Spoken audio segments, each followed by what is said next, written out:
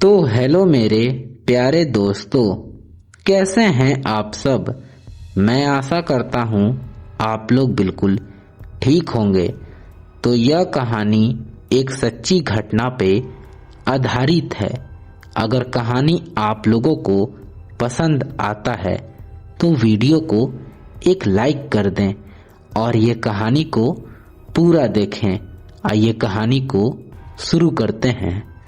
पश्चिम बंगाल का बीरभूम जिला, जहां शाम ढलते ही सन्नाटा अपनी चादर पसार लेता है।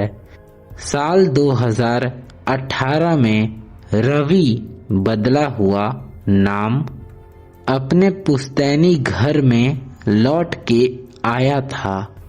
वह शहर के चकाचौंध में पला बड़ा था, इसीलिए गांव की उन फुसफुसाहट के ऊपर उसे विश्वास नहीं था जो लोग अक्सर अंधेरा होने के बाद किया करते थे।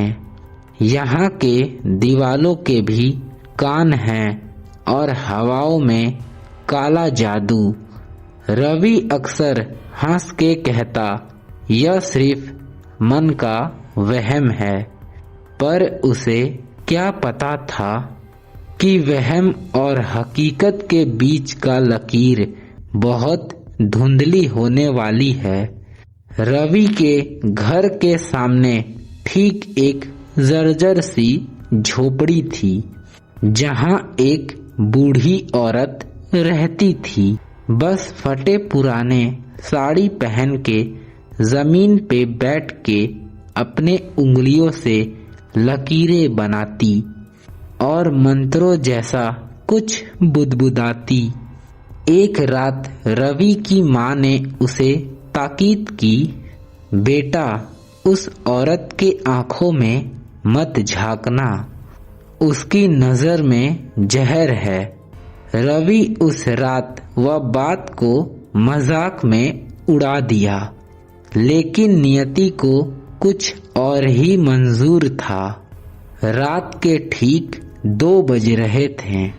पूरे गांव में मौत जैसा सन्नाटा था। तभी रवि की नींद अचानक टूटी।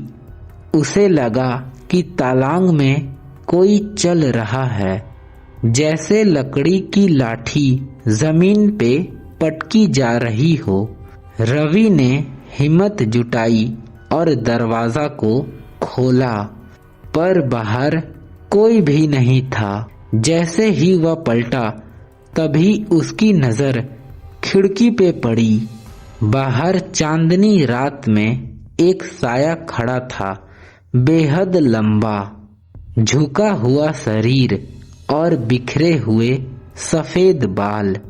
उसकी आंखें अंधेरे में कोयले की तरह जलते हुए रवि को घूर रही थी। अगली सुबह जब रवि बाहर गया तो खिड़की के नीचे का नजारा देख उसका खून जम गया। वहां ताजा राख बिखरी हुई थी और बीच में सिंदूर से एक अजीब सा गोला बना हुआ था। दिन बीतते गए और घर का माहौल भारी होने लगा। बिना किसी कारण के रसोई में रखा खाना सड़ जाता और रात होते ही घर के दीवालों से किसी के रोने और नाखून रगड़ने की आवाज आने लगती। सबसे भयावह बात तो तब हुआ जब रवि के शरीर पे नीले निशान और खरोंचे उभरने लगी, जैसे कोई अनदेखा हाथ उसे नोच रहा हो।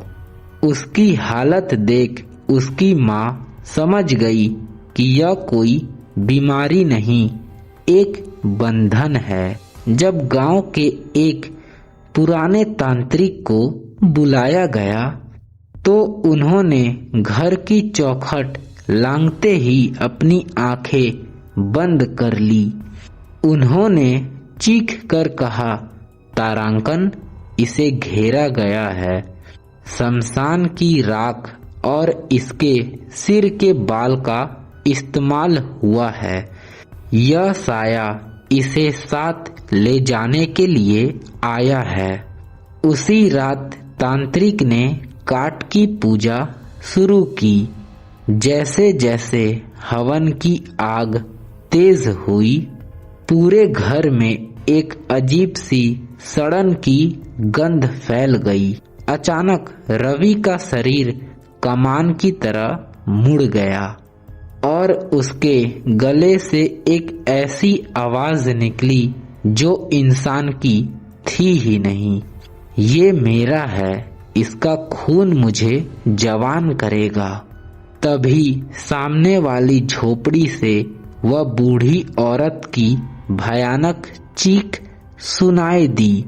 वह खिड़की के पास खड़ी पागलों की तरह नाच रही थी। तांत्रिक ने मंत्र पढ़ते हुए अग्नि में कुछ ऐसा चीज डाला और बहुत जोर से चिल्लाया, वापस जा जहां से तू आई है।